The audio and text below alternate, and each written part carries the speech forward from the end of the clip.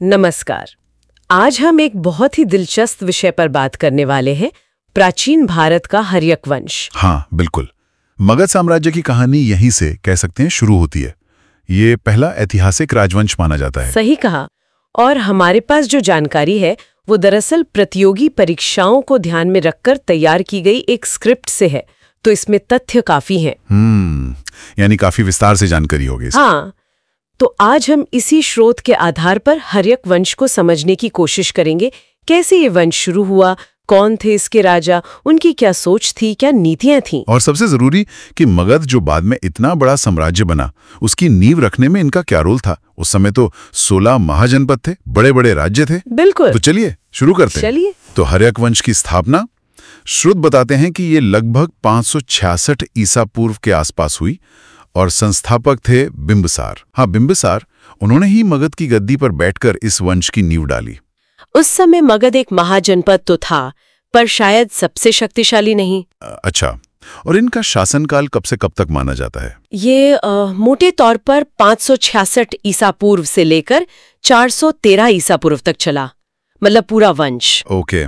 और राजधानी पहले राजगृह थी, है ना, जिसे गिरिव्रज भी कहते थे। हाँ, राजगृह पहाड़ियों से घिरी हुई काफी सुरक्षित जगह थी। लेकिन उस समय का माहौल कैसा था? मतलब ये 16 महाजनपद वाली बात आपने कही। हाँ, वो समझना जरूरी है। देखिए, उस वक्त पूरे उत्तर भारत में और कुछ मध्य भारत में भी 16 बड़े राज्य थे। काशी, कोसल, वत्स, अवंती, मगध, ये सब। इनमें आपस में जाहिर है मुकाबला रहता होगा। बिल्कुल, शक्ति के लिए, संसाधनों के लिए। और हर्यक वंश का महत्व इसी बात में है कि इसने मगध को इस रेस में सबसे आगे लाने का काम शुरू किया। तो शुरुआत की बिंबिसार ने, संस्थापक राजा। इनका समय लगभग 546 ईसा पूर्व से 494 ईसा पूर्व बताया गया है। हाँ, लगभग 52 साल का शासनकाल, काफी लंबा। और इनकी खास नीति का जिक्र है राजनीतिक विवाह नीति। ये क्या थी? ये बड़ी दिलचस्प चीज है। बिंबिसार ने युद्ध के बजाय शादियों के जरिए रिश्ते बनाए, मतलब राजनीतिक रिश्ते। अच्छा, जैसे उन्होंने कोसल की राजकुमारी थी कोशला देवी, उनसे विवाह किया। अब कोसल उस समय एक ताकतवर राज्य था, तो इससे दोस्ती हो गई। दोस्ती भी हुई और दहेज में काशी का एक हिस्सा मिला। काशी उस समय व्यापार का बड़ा केंद्र था, तो राजस्व का स्रोत मिला। अच्छा, और भी शादियां की? हाँ, वैशाली की लिच्छवी गणराज्य की राजकुमारी थी चेलेना, उनसे विवाह किया। लिच्छवी भी बहुत शक्तिशाली थे। तो उत्तर की तरफ से भी सुरक्षा हो गई एक तरह से। बिल्कुल। और एक मद्र देश की राजकुमारी खेमा से भी विवाह का उल्लेख है, शायद आज के पंजाब का इलाका। तो ये सिर्फ शादियां नहीं थी, ये तो पूरी रणनीति थी। यही बात है, ये उस जमाने की कूटनीति है। बिंबिसार ने तलवार के साथ साथ दिमाग का भी इस्तेमाल किया, गठबंधनों से मगध को सुरक्षित किया, उसका प्रभाव बढ़ाया। उससे कि बिंबिसार गौतम बुद्ध और महावीर स्वामी दोनों के समकालीन थे। हाँ, ये भी बहुत महत्वपूर्ण है। वो उस दौर के दो सबसे बड़े धार्मिक और दार्शनिक व्यक्तित्वों के समय में थे। क्या उनके साथ कोई संबंध था? बिल्कुल। स्रोत बताते हैं कि बिंबिसार दोनों का सम्मान करते थे। बौद्ध ग्रंथों में आता है कि बुद्ध उनसे मिले थे और बिंबिसार ने बौद्ध संघ को वेलुवन नाम का एक बगीचा भी दान दिया था। अच्छा। और महावीर स्वामी से? जैन ग्रंथ भी बताते हैं कि उनका संपर्क महावीर से था। तो ये दिखाता है कि वो राजनीतिक और धार्मिक दोनों तरह से उस युग के केंद्र में थे। शायद इससे राज्य में स्थिरता भी रहती होगी। लेकिन इतना सफल शासन होने के बावजूद उनका अंत दुखद रहा। हाँ, ये विडंबना है। सत्ता उनके बेटे अजातशत्रु के पास आई, लेकिन तरीका हिंसक बताया जाता है। कहते हैं कि अजातशत्रु ने अपने पिता को कैद कर लिया था या शायद हत्या कर दी। हाँ, ऐसी मान्यताएं हैं। ये पितृहंता भी कहलाए। इनका शासनकाल लगभग 494 ईसा पूर्व से 462 ईसा पूर्व तक रहा। तो पिता के विपरीत इन्होंने कूटनीति की जगह शायद युद्ध को ज्यादा महत्व दिया। ऐसा लगता है। इनकी नीति ज्यादा आक्रामक थी, विस्तारवादी। इन्होंने अपने मामा कोसल के राजा प्रसेनजित, उनसे भी युद्ध किया, हालांकि बाद में समझौता हो गया। लेकिन इनकी सबसे बड़ी जीत तो वैशाली वाली मानी जाती है ना, लिच्छवियों पर। हाँ, वो सबसे बड़ी उपलब्धि थी। लिच्छवी गणराज्य बहुत मजबूत था, उसे हराना आसान नहीं था। ये युद्ध काफी लंबा चला। और इसमें वो नए हथियारों वाली बात भी आती है। हाँ, बिल्कुल। स्रोत दो खास हथियारों का जिक्र करते हैं, महाशिलक कंटक और रथ मूसल। ये क्या थे, मतलब अंदाजा क्या है? देखिए, महाशिला कंटक शायद कोई ऐसी मशीन रही होगी जो बड़े बड़े पत्थर फेंकती हो, जैसे बाद में कैटापोल्ट होते थे। ओह, और रथ मूसल? वो शायद ऐसा रथ रहा होगा जिसमें आगे गदा या तेज धार वाले पहिए लगे हों, दुश्मन सेना को रौंदने के लिए। बाप रे, तो ये तो उस जमाने के हिसाब से बहुत आधुनिक हथियार हुए। बिल्कुल, और ये दिखाता है कि मगध सिर्फ राजनीतिक तौर पर ही नहीं बल्कि सैन्य तकनीक में भी आगे बढ़ रहा था। और वैशाली की जीत का मतलब क्या था मगध के लिए? बहुत बड़ा मतलब था। इससे गंगा घाटी पर मगध का दबदबा लगभग पूरा हो गया। वो उत्तर भारत की सबसे बड़ी शक्ति बन गया। ये एक टर्निंग पॉइंट था। अजातशत्रु के समय में एक और काम हुआ था, पाटलीग्राम में किले का निर्माण। हाँ, गंगा, सोन और गंडक नदियों के संगम पर। ये जगह बहुत महत्वपूर्ण थी। क्यों? मतलब राजधानी तो राजगृह थी। हाँ, लेकिन अजातशत्रु ने शायद भविष्य देख लिया था। ये जगह नदियों के किनारे होने की वजह से व्यापार और सेना की आवाजाही के लिए बहुत अच्छी थी, जल दुर्ग जैसा। अच्छा, तो यहीं पर बाद में पाटलिपुत्र बसा? बिल्कुल, इसी किले से शुरुआत हुई। बाद में यही पाटलिपुत्र बना मौर्यों और गुप्तों की राजधानी। तो नींव अजातशत्रु ने ही रख दी थी एक तरह से। और एक और बहुत बड़ी घटना अजातशत्रु के समय की पहली बौद्ध संगीति। हाँ, अत्यंत महत्वपूर्ण।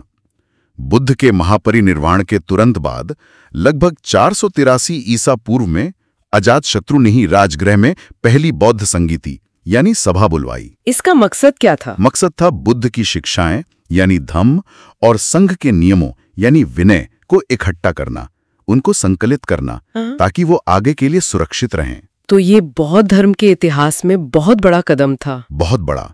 इसने बुद्ध के उपदेशों को एक व्यवस्थित रूप दिया और अजातशत्रु का इसमें सहयोग दिखाता है कि पिता की तरह उनका भी बौद्ध धर्म के प्रति झुकाव था, या कम से कम वो उसके बढ़ते प्रभाव को समझते थे। ठीक है, तो अजातशत्रु के बाद कौन आया? उनके बेटे उदयन या उदयभद्र भी कहते हैं।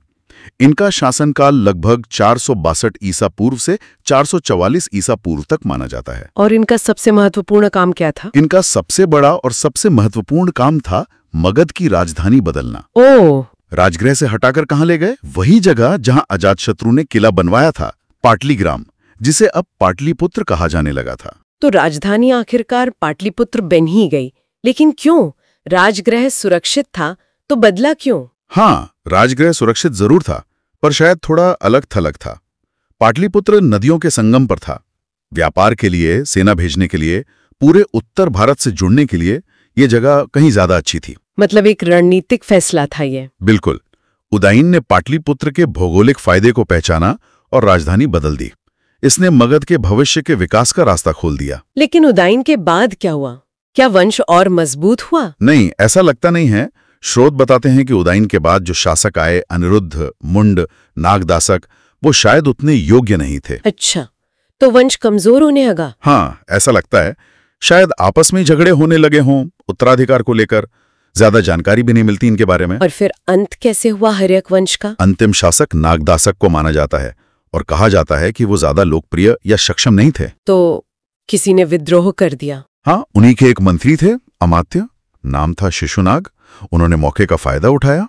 शायद जनता भी नागदासक से खुश नहीं थी, तो शिशुनाग ने उन्हें हटा दिया। हाँ, लगभग 413 ईसा पूर्व में शिशुनाग ने नागदासक को हटाकर खुद गद्दी पर कब्जा कर लिया और यहीं से हर एक वंश खत्म हुआ और शिशुनाग वंश की शुरुआत हुई। तो लगभग 150 साल चला ये वंश। हाँ, और इस 150 साल में इन्होंने मगध को कहां से कहां पहुंचा दिया।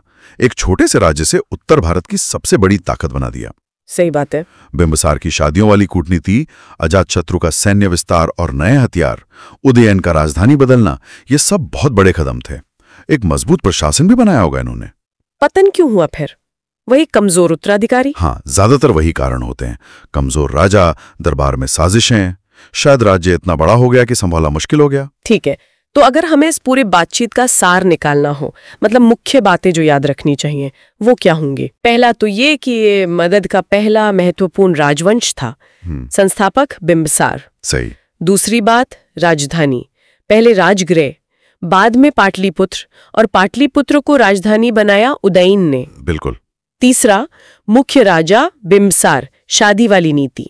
अजातशत्रु, विस्तार युद्ध, पहली बौद्ध संगीति। और उदयन, राजधानी बदलना। हाँ, ये 3 सबसे अहम है। चौथा, पहली बौद्ध संगीति अजातशत्रु के समय में हुई राजगृह में। हाँ, बौद्ध धर्म के लिए बहुत महत्वपूर्ण। पांचवा, धर्म को लेकर देखें तो बिंबिसार और अजातशत्रु दोनों ने बौद्ध और जैन धर्मों को संरक्षण दिया।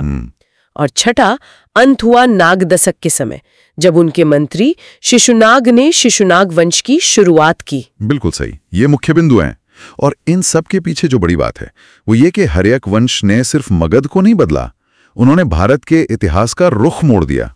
कैसे? उन्होंने राज्य बनाने की जो रणनीतियां दिखाई, कूटनीति, युद्ध, तकनीक, सही जगह चुनना, वो बाद के राजाओं के लिए, खासकर मौर्यों के लिए एक मॉडल बन गई। अच्छा, एक तरह से नींव रखी उन्होंने। बिल्कुल, उन्होंने दिखाया कि कैसे बिखरी हुई ताकतों के बीच से एक मजबूत केंद्रीय शक्ति खड़ी की जा सकती है। ये तो है। और ये बात हमें एक सवाल पर भी छोड़ जाती है।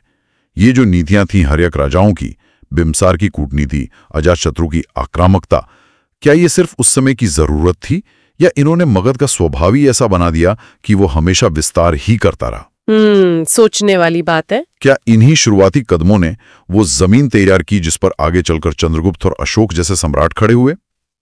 कैसे एक वंश के फैसले सदियों तक असर डालते हैं। बिल्कुल, हर्यक वंश ने तो बस कहानी शुरू की थी मगध के महान बनने की। इसके बाद शिशुनाग आए, फिर नंद वंश आया और फिर मौर्य। हाँ, कहानी आगे बढ़ती गई। लेकिन शुरुआत यहीं से हुई, हर्यक वंश के साथ। तो आज की ये बातचीत यहीं खत्म करते हैं। ठीक है। ठीक है।